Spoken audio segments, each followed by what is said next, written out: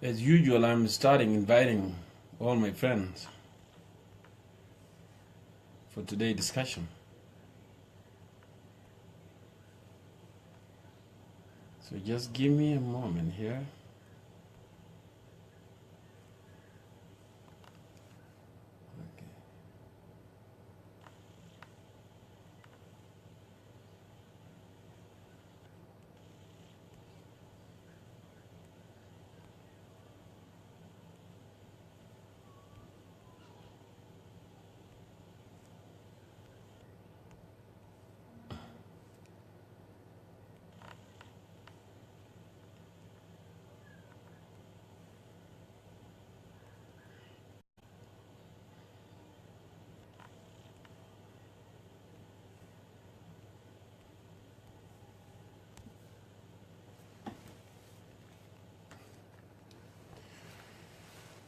Good evening and good morning in South Sudan. I want to give you a word of thanks for your support. The last video that we made actually I got a lot of positive comment, and I really appreciate that. That show actually our people are awakening right now, and they are seeing the differences, how the positive talk will make a lot of difference. So today we are going to have a topic concerning diaspora community. We all diaspora, we know that. We have been writing and talking, but nothing seemed to be, coming out right there. So there is a need for an action. And what I mean here for an action, and always, I'm saying that an action doesn't mean a violence. It means that we should continue doing the positive thing until we receive a credible change in our country. And I wanted to remind you also with the word of Ted Kennedy that hope still lives and dream shall never die. And with that, we don't want our dream to die. We want to keep our hopes, alive. And the dream of South Sudan is much bigger than what's going on right now. So I came up with another proposal concerned citizens of South Sudan, and I have been talking for a long time about this, that there is a need for diaspora community all over, in the United States, in Canada, in Europe, and Australia. There is a need that we all need to come together. There is a need that we need to sit down and have our voice, because I do see our voice will make a big difference actually on the crisis that's going on in South Sudan. I wanted to start with a story has something to do with Christianity. As all of us aware that دايما أنا بلخبط بالإنجليش وبالعربي عشان most people to understand my point. انتوا عارفين بلاطس البنطي الحاكم وقت جابوا له المسيح يسوع رؤساء الكهنة والفريسيين دايرين يحكموا بيسوع وشهدوا عليه بشهادة زور. What happened actually, he didn't see any reason for him to crucify Jesus. ما كان في أي سبب. فقال لرؤساء الفريسيين والرؤساء الكهنة قالوا أنا لا أرى سبب لاتهامه ولا أرى سبب عشان ما يصلبوه. فجماعة عشان كان قلوبهم بقى عميانة عمت قلوبهم فقالوا شنو؟ قال أصلبه وليكن الخطية ده علينا وعلى أولادنا. Imagine. It's very idiotic, يعني نوع من القباوة. شهدوا على الرجل بالزور، شهدوا على المسيح بالزور، ويستمروا في خطيئتهم انه مثلا لازم يصلبوا، والخطيئه اللي هم مرتكبينه ده يكون عليهم وعلى اولادهم. ما كان في سبب على انه هم يشيلوا خطيئه ده، يعني المسيح كان جاء من اجل الخلاص. ما كان في سبب لهم انه مثلا يشيلوا خطيئه ده كمان يكون على اولادهم. رايت؟ لكن عشان دائما الانسان ما بينظر بس بالعين، بيشوف كمان بالقلب. لما القلب يكون عميان الزول ما بيقدر بيشوف حتى ولو في حاجه كويس وبيشوف نو نو نو نو كلام بتاعه صح. I have to do this and I have to do that. The reason I brought that point out, we as citizens of South Sudan, wherever we are in South Sudan, in neighboring countries, in diaspora countries, in Europe, in Australia, in America, I believe we have a collective responsibility. نحن عندنا collective responsibility عشان نعمل حاجة كويس. زي ما أنا ذكرتكم في البداية إنه مثلا ما بيكفي على إنه نحن نتكلم alone. ما بيكفي على إنه someone will write article or someone will make a clips and someone will speak. Action needed now. 2 weeks back, I called for uprising because there is no any other ways will bring changes in South Sudan. You know that government have tried many ways, to buy times. They seem adamant about what they're doing. They know what they're doing exactly. They don't care about the crisis. They don't care about the war. They don't care about the hunger. They don't care about all sort of suffering people of South Sudan are going through. And that's why you're seeing them, they try to buy time. But actually there is no resolution will come from this government to stabilize the country. And that's why I'm calling all the citizens to speak up and do an action so our people back home can enjoy the peace and the stability. So our people can know that the dream of South Sudan never died and hope still live. So the history, the stories that I talk about, I want to explain it more. I said we have a collective responsibility as citizens of the country.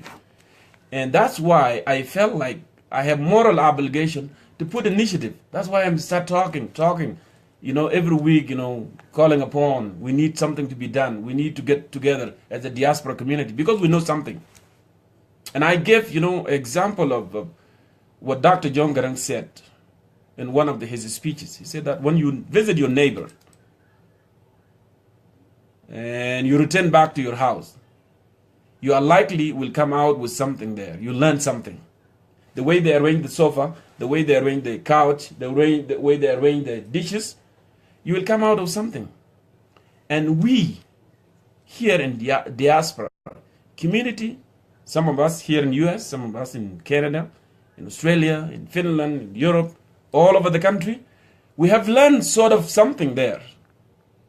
And that's what Dr. Jongkor meant actually, because we have learned something. And if we have learned something positive, we should carry out and take that one home and to benefit our people and make differences.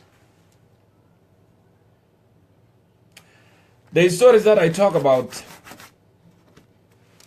Blatus al-Bunti, and I said we have collective responsibility.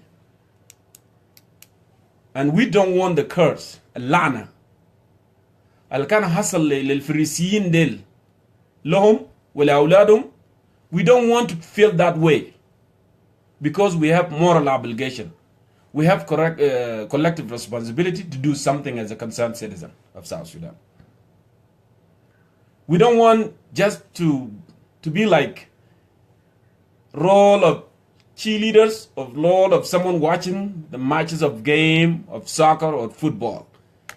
And he will watch when someone shoot a ball and then he will clap and say, oh yeah, he will shout out and do that. No, we don't want to do that. We want to stand firm and we want to have our voice heard with an action. We know that this beautiful country called South Sudan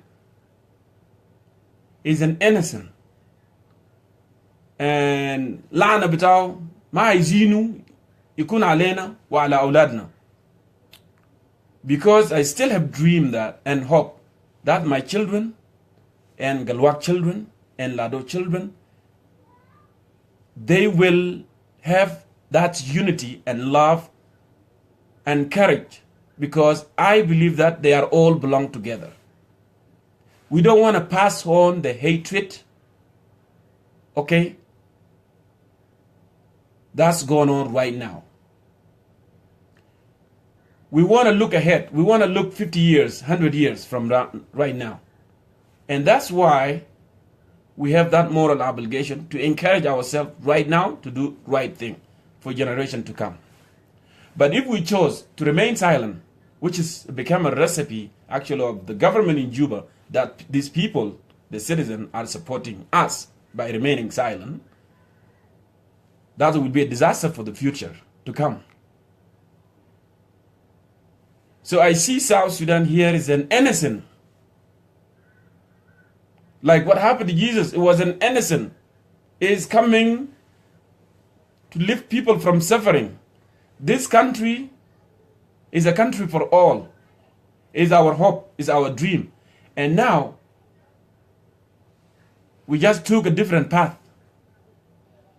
by not doing the right thing. It's like we are feeling that, oh, خلي يحصل يحصل وبعدين أولادنا, let them deal with it. Like when people talk here in the United States and other countries, they say, hey, there is a global warming. And some people, they say, no, there is no global warming. And when you really bring in the evidence, some people say, oh, well, you worried about the generation, next generation, let them deal with it. Do we really want our kids, our children, to deal with all the mess that have been created in the future? Do we want them to deal with it, or we wanted to fix it so they can have peace and stability and economic growth in the future? Nothing come from nowhere. People have to do something. Hatta America, نحن few days, Australia into few days, Canada, people have worked hard, to make it good for coming generation. And now that's why we are coming here. You drive a car, no one threat you on the road. When you go to buy thing and you work, you get your paycheck on time, no one bother you. See, it's because people work hard to bring that about. But if we don't want to set that foundation for coming generation, they will not, have that opportunity in the future. And that's why I make some distinction between South Sudan and the innocent man, Jesus Christ. لما فريسين قال يا أخي أسلبه خلي خطاياه يكون علينا ولا أولادنا. We don't want that to happen. نحن, we meant to be different.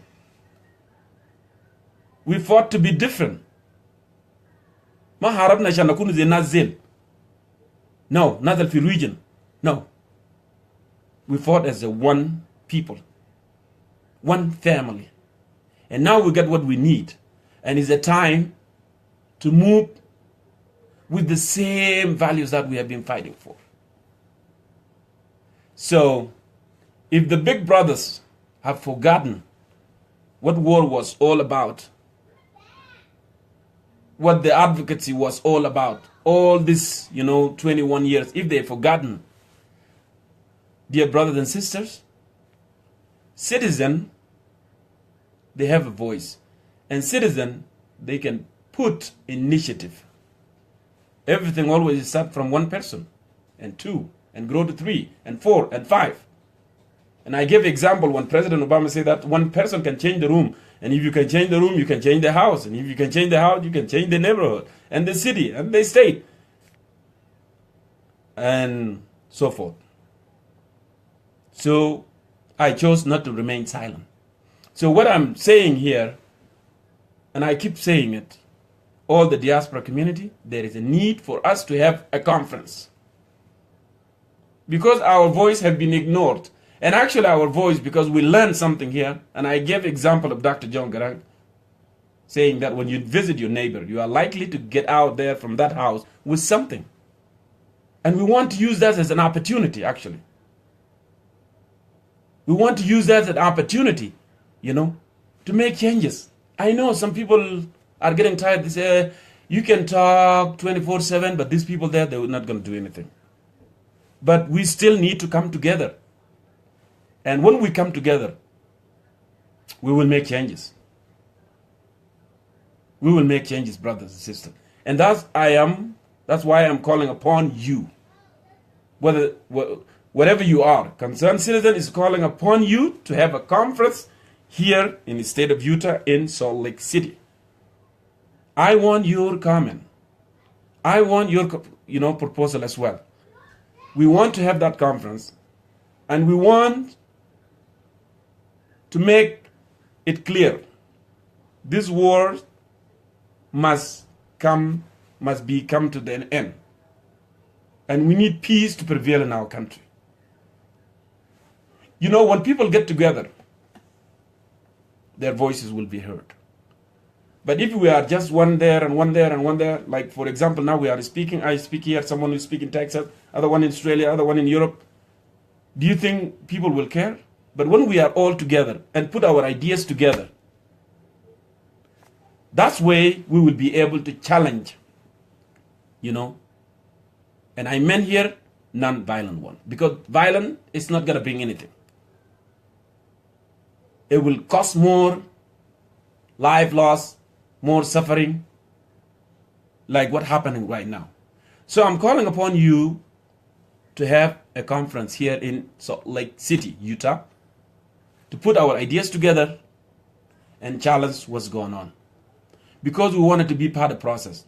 Like I said from the beginning, if the big brothers, the founding fathers, they have forgotten the road and they took a different path, and they don't want to care about the values that we were fighting for, it's our collective responsibility to step up and do the right thing. It's not going to be easy though.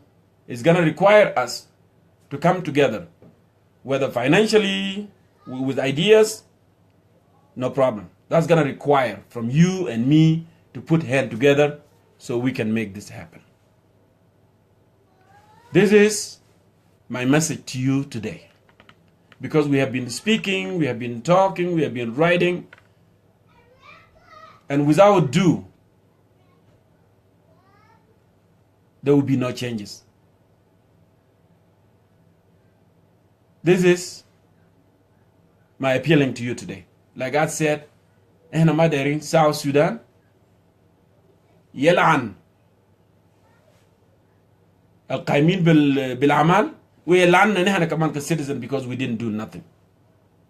We have to act and do something that positive will bring about change. Because who is suffering at the end of the day are the ordinary people in South Sudan. Your relative, my relative, your brother, my brother, your sister, my sister, all our people are the ones that are suffering. It doesn't hurt to bring about good changes in the country. It doesn't hurt anything. Actually, no one can argue saying that war is better than peace. Never. No one can argue. Because if we have peace and stability, people can become more creative. People can do a lot. But if we have distraction and war and all these things, everyone will just worry about himself, his own security. There is no room here to be a critical thinker. There is no room here, for talent to do something good. And that's why we are advocating. We should not forget what the war for 22 years is all about. It's not about one man. It's not about two men. It's all about the nation. And that's why I keep saying, dear brothers and sisters, it's our collective responsibility to step up and do the right thing. The history will judge us too, as a citizen. There is a need for us, to move forward. So the ideas of conference here in Salt Lake City for the diaspora community, I see is a stepping point here. It is. Because through this conference, we will put our ideas together and then start challenging, the crisis in our country. We don't want to be reluctant and sit back and watch what's going on. لأنه زمن جاء وكل ما زمن ماشي ناسنا بيعانوا والمعاناة ما يقف والمعاناة لسه ماشي قدام.